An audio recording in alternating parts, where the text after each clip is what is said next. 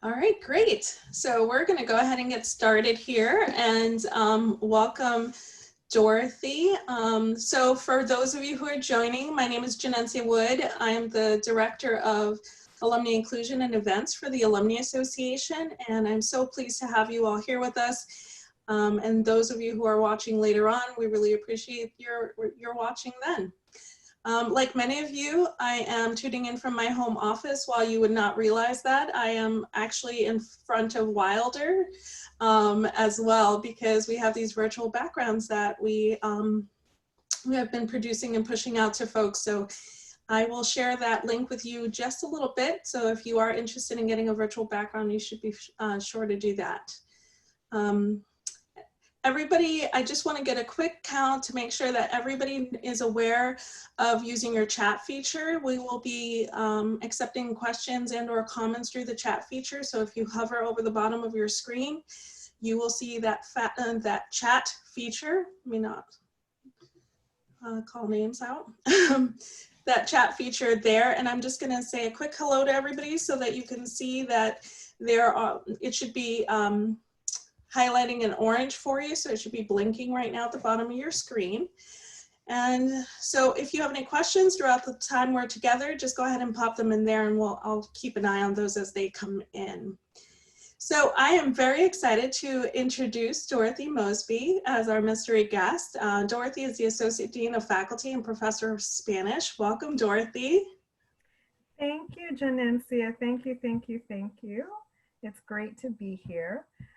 So as Janencia said, I'm Dorothy Mosby. I'm the Associate Dean of Faculty and Professor of Spanish and also Africana Studies. I've been at the college for a long time.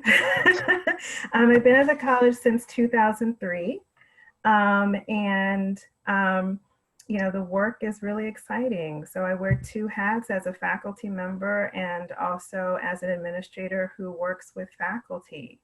And, you know, my work with students is really important. I have to also give a shout out to the Posse Foundation because I'm also a Posse mentor to a cohort of 10 students in the class of 2020 who are graduating, yay, who are all from the city, the great city of Miami. Great, thank you, Dorothy. So Dorothy, can you also just mention your pronouns for us? So I use she, her pronouns. Great, thank you. And I just want to get us off on the heavy hitting questions. Are you ready? Sure. All right.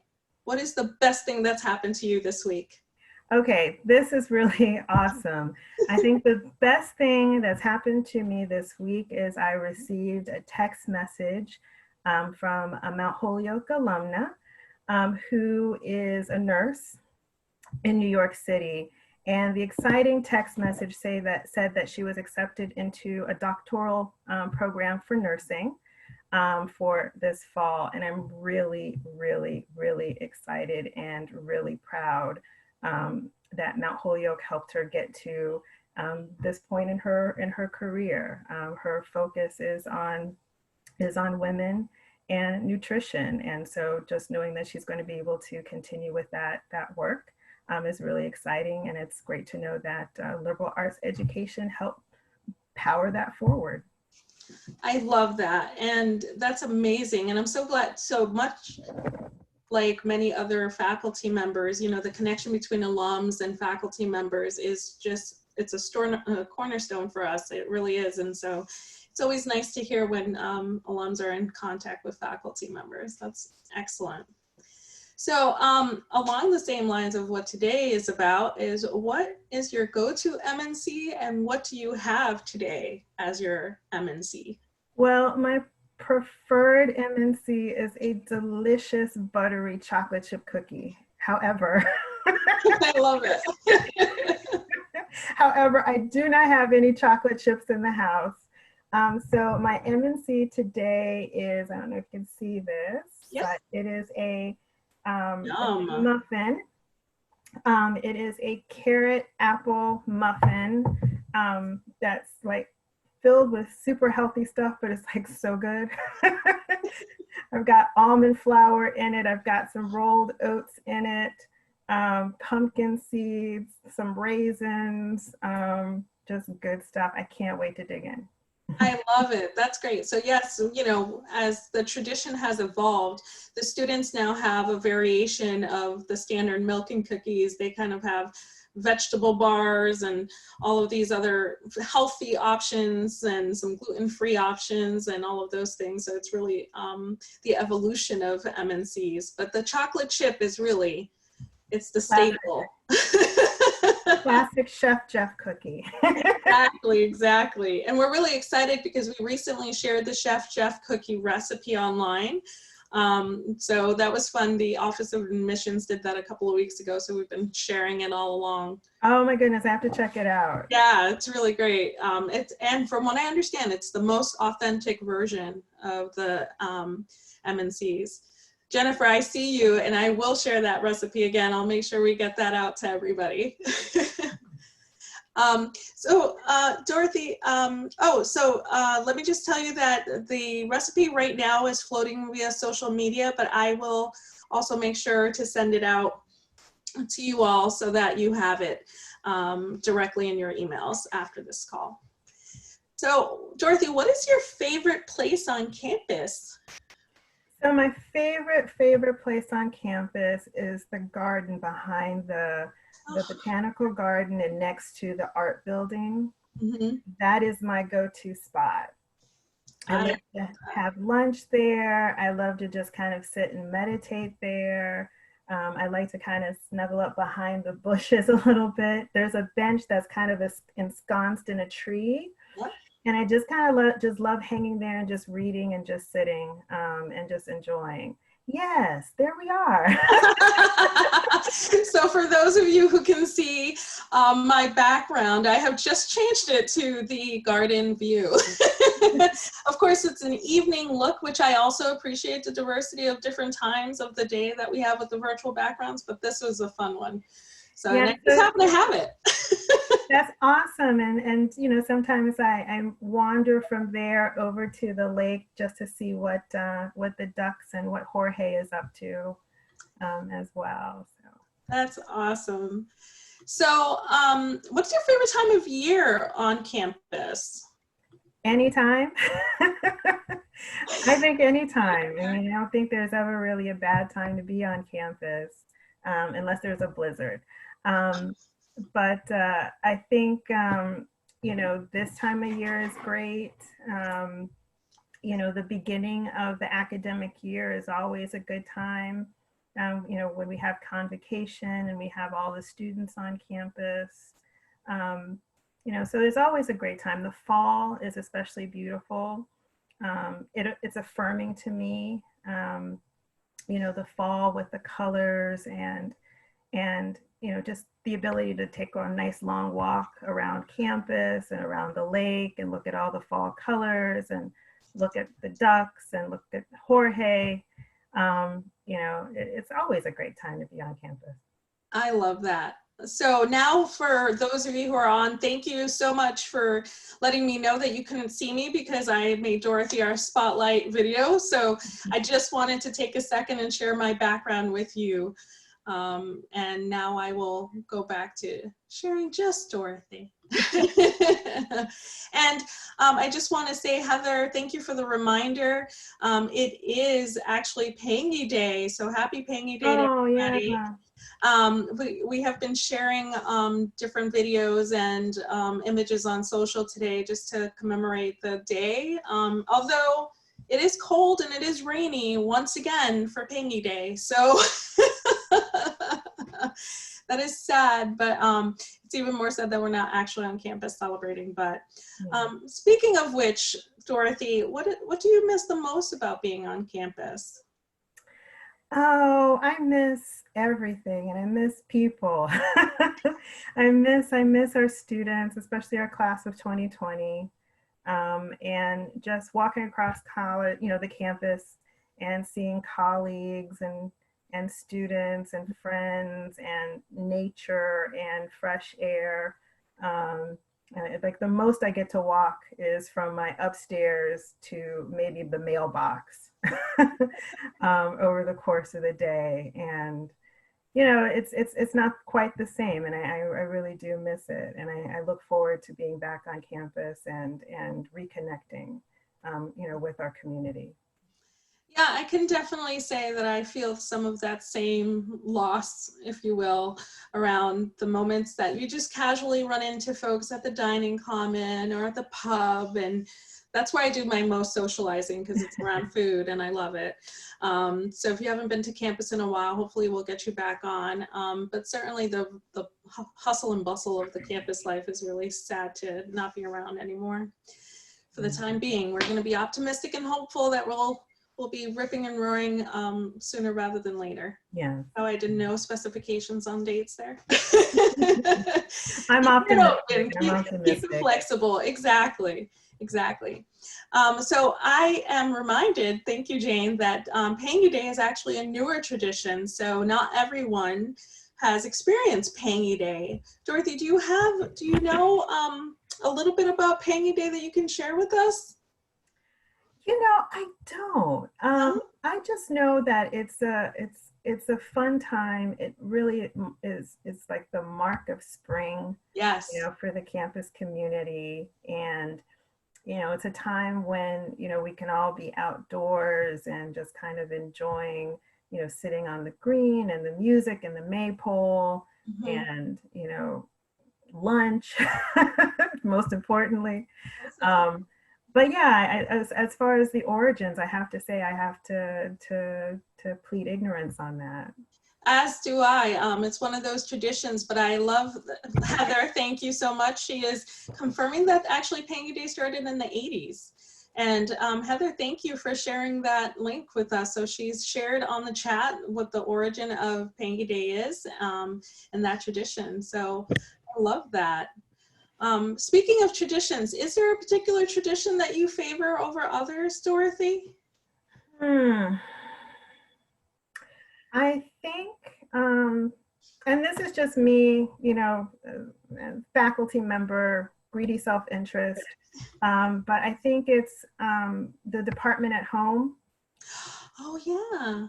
And during reunion, it's always wonderful to have the department at home, where you have our students who are graduating, but also alums have come back to their home departments, and visiting with faculty members, and also sharing just memories of faculty who have gone, who have passed, faculty members who have retired, and just sharing those memories, and it's good to have that intergenerational connection between the students who are about to graduate and the returning alumni.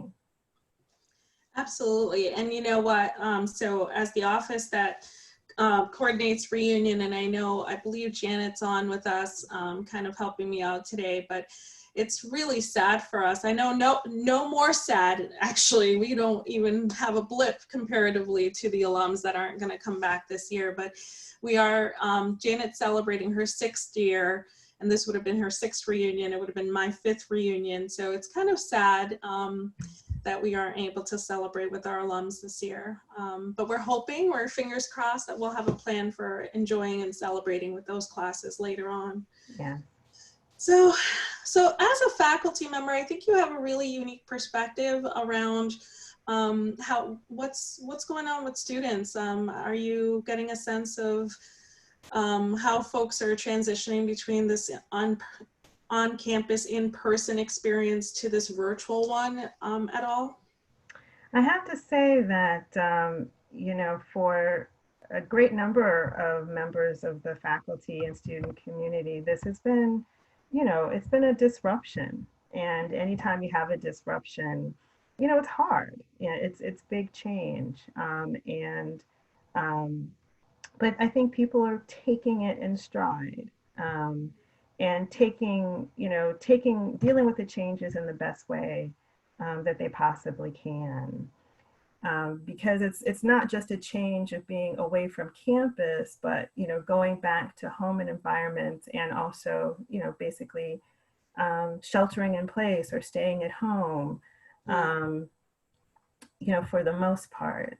And it's different, for faculty. Some of us have kids who are at home and other family members.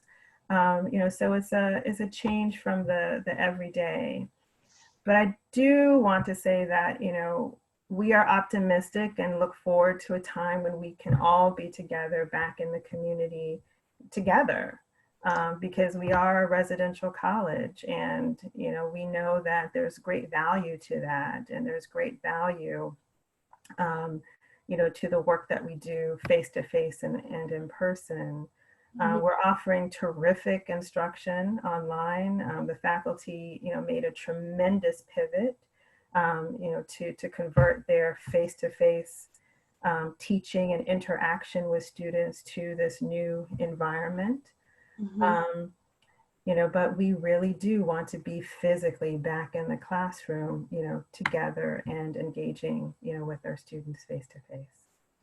Absolutely. And it's one of the things that we continue to talk about, that you can't, being on campus is one thing, being in a classroom is another thing, and being ripped away from that with this crisis, it's really a hard moment for students to reconcile and faculty and staff to reconcile. But, our hearts go out to the senior class who has missed on some of the moments that are milestones in their lives. So, we're optimistic, to your point, again, to reiterate, we're optimistic that we will be able to engage with them in some way and continue to engage them beyond this moment.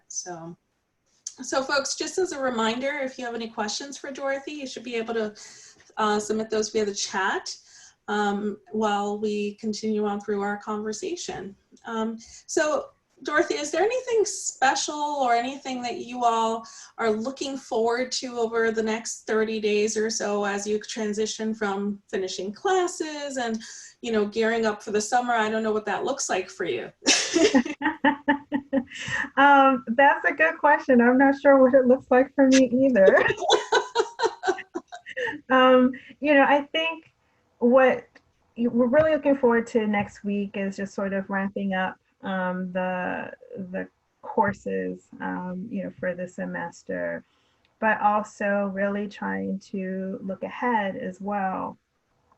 So how can we support our students? How can we, continue to engage our students? How can we support our faculty and, prepare ourselves for a situation where, I don't know of a single college or university in the country that is not in our position, particularly residential institutions.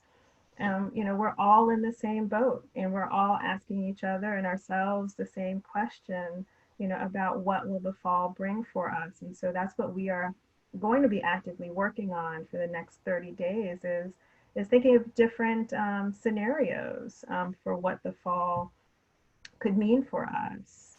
And so, faculty committees, the Dean of Faculty's office is very much engaged, the administration is very much engaged.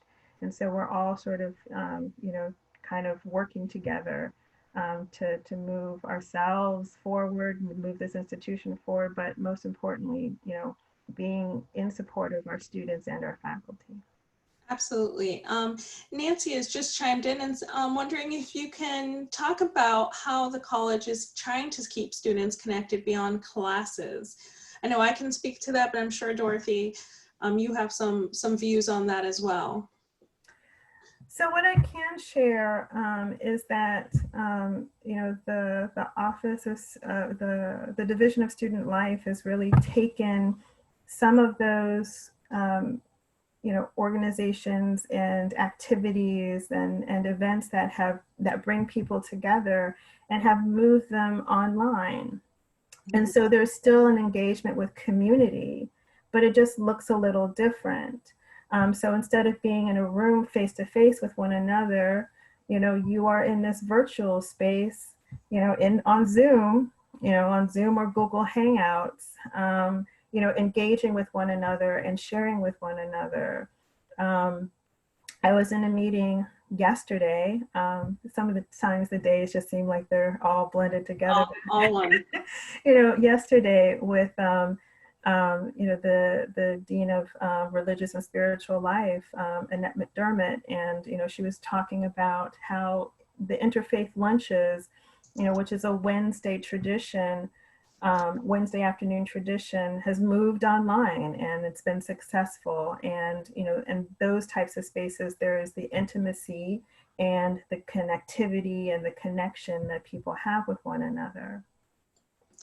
Absolutely. And, and to echo some of what Dorothy is saying, I think that 100% of the focus really from campus partners has been, in fact, to keep the students connected after going home and going through your point exactly, moving everything to a more virtual experience. And I know that we are all staying in contact with students that we're familiar with and trying to keep them engaged as well, and hoping that at least there is some connection in some capacity with everyone. I am very fortunate. Recently we had Student Life had developed a program that faculty and staff members become members to cohorts of students that are actually on campus still. And I have the privilege of being one of those cohort leads. And I have to say, a quick note to a student to say hello has actually been received so incredibly well by the student, because they feel really disconnected being the only few people on campus. So it's being well received by students. Students are starting to make a lot of summer plans, or trying to, right, as much as this environment allows us to. And really looking forward to the next iteration of what their education looks like. And, and I know that we are working really hard on campus to make sure that they have an opportunity to come back and think about what that looks like as well. So fingers crossed, we'll keep on engaging with those students. And so I have a question coming in from Kristen. Thank you, Kristen. Certainly appreciate you and everyone working together to continue to foster an opportunity. I have, can we help? How I'm doing support calls for my grad school students. What a great notion. So yeah, so there's a lot of ways that alums can help and jump in. There are different ways to connect with seniors, as well as offering internship opportunities if you're in a position to do that. There's a list being compiled by the Career Development Center, and I can share that information with anybody that's interested. In addition, I know that there's just outreach being done by the Office of Admissions and Student Life as well, to connecting alums to students just as a hello. So anybody that's interested in that, for sure, let me know and I'm happy to share that back out. So Dorothy, is there anything else that you would like to share with us? All I can say is, thanks to everyone who showed up today. That's wonderful. And I hope you're enjoying a nice M&C at your home. And just thanking everyone for your support, because it's really wonderful to be part of this community. Everywhere I go, when a little freer movement, particularly, in the country, but also outside the country, just running into graduates of Mount Holyoke. And it's been really wonderful to know that, as a faculty member, I'm a part of this community as well. I love that, Dorothy. Dorothy, we have one more question coming in, and I'm not sure if you could speak to it, but have the students been sharing what they are doing to stay motivated while working remotely? Because I imagine this is a brand new experience for them. It's brand new for everybody. Yes. And yes, students have been sharing, they've been sharing with their faculty, academic advisors, and also, sharing with each other on social media, just how they're staying sort of connected and motivated, because it's easy, to check out, but I think staying engaged with their faculty members and with each other, has been a driving force in keeping students active, engaged, and motivated. I love that. And absolutely, I think it was always fun to think of working from home. I know some people actually do this as a job literally every day before this pandemic.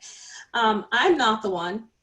This is not my sweet spot. So while I appreciate the Zoom and the engagement, there's nothing that can really substitute a face-to-face conversation. And if nothing else, I'm grateful now that I know that. So like you, I'm missing the social and, you know, person-to-person connection that I get when I'm at work. So at any rate, I'm so very happy to have had you on our Mystery MNCs. Thank you so much, Dorothy, for joining us. And I look forward to connecting with you again. Thank you so much for the invitation. This is wonderful.